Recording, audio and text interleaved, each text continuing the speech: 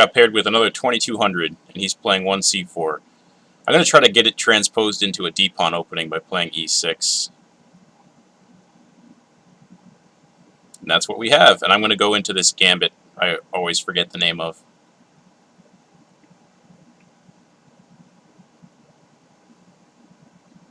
Yep, you can play that way, or you can play queen a4 check. Queen will go back to d1. I will take on d5. Oh, okay, he's going to let me take my pawn back and play with an isolated pawn.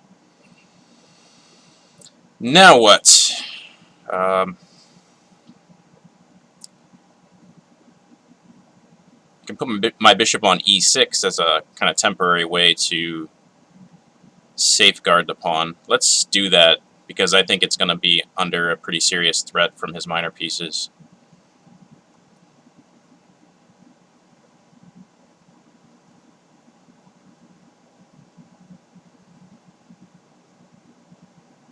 If knight d4 castle, knight c6, I don't have queen d7 because of knight takes e7 check. So I might be gambiting a pawn there. You can also take on e6. Yeah, knight d4 is a good move. He didn't play it, so I got away with something there, I think.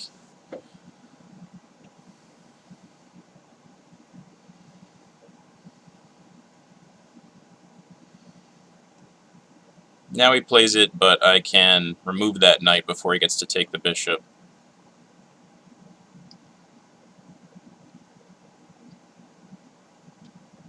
And then we can go queen d7, or maybe rook c8. No, let's go queen d7.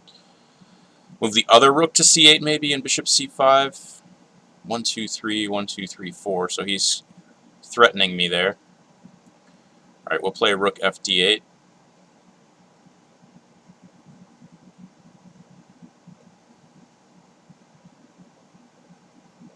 I don't think he has e4 yet, but he might soon.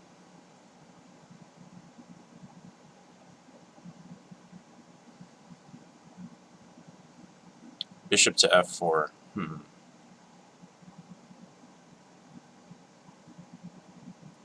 Alright, I'm going to go b6 and stick a bishop on c5. Bishop c5.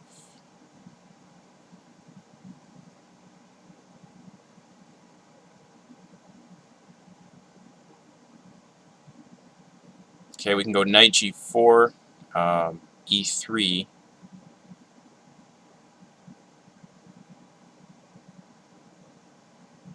I want to move this rook off of the long diagonal first.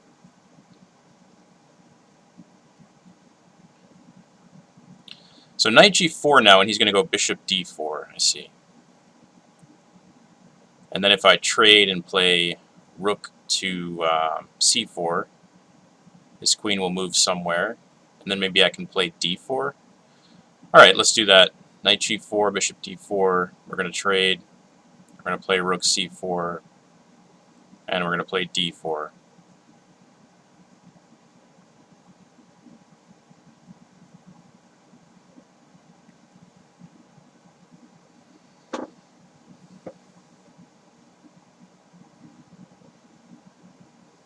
And if that knight moves, maybe I can trade on c1 and take on a2.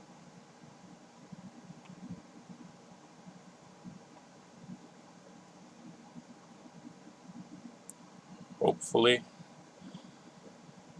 Yeah, my knight is still protected by the queen.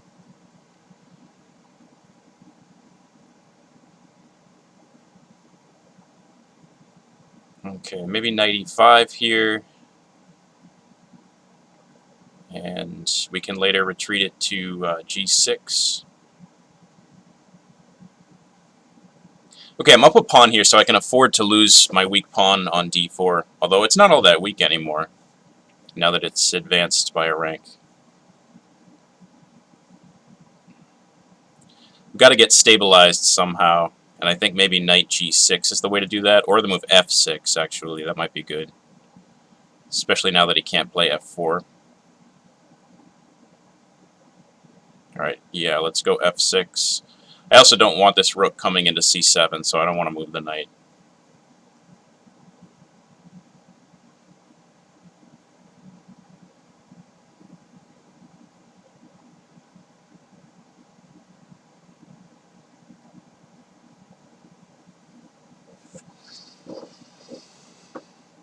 g4.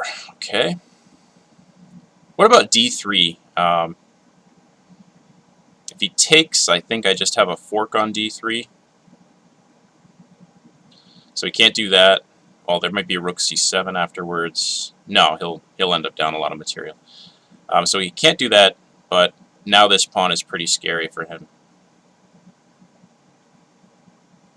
If he plays rook d1, I'm going to play d takes e2.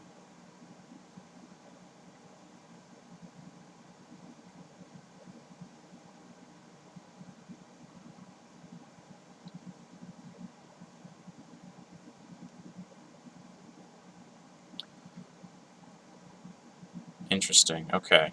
Well, I'm going to go bishop b3, and a capture on this square still allows a fork with knight takes d3. But what I'm threatening to do is go d2. So he goes knight d2. Fair enough. Okay, so let's go bishop c2 to get that bishop out of danger. I'm allowing a check, though, at some point. Not yet, because I have these squares covered. But I've got to be careful. If I can tie him down enough, though, it's not a big deal. Maybe I'll go queen d4 and try to get rid of his most active piece. Yeah, let's do that.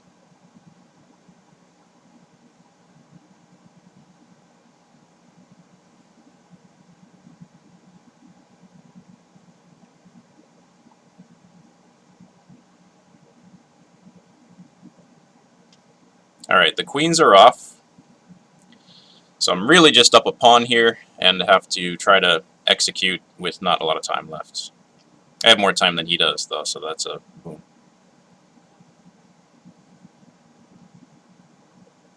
He absolutely has to trade, I think, because rook e2 is met by bishop d1.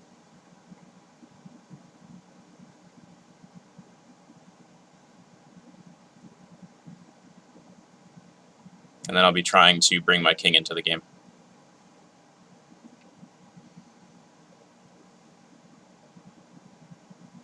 Where's he going with that knight? I'm not sure. I kind of want to take over this diagonal, but let's activate the king.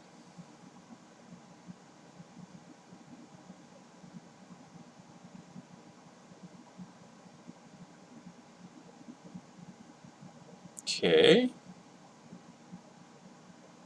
Let's attack his bishop.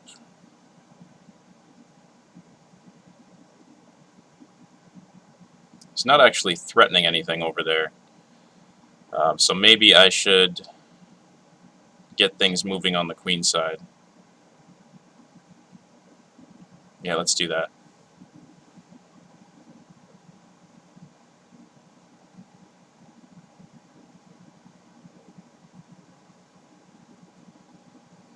Knight f5 is not a big deal. I just take it and play h6.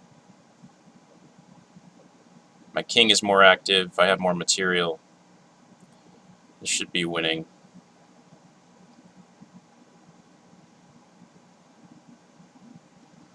You know what? Let's bring the king closer.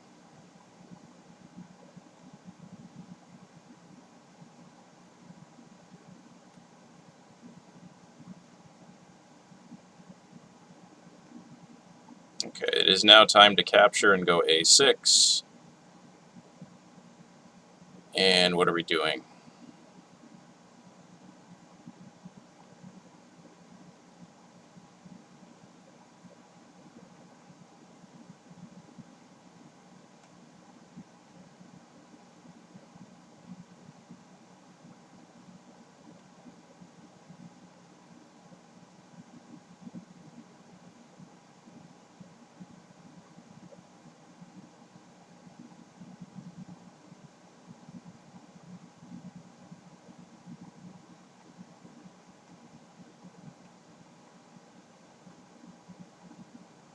I'm in check, okay.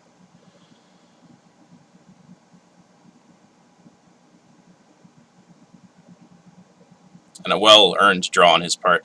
All right, thank you for watching.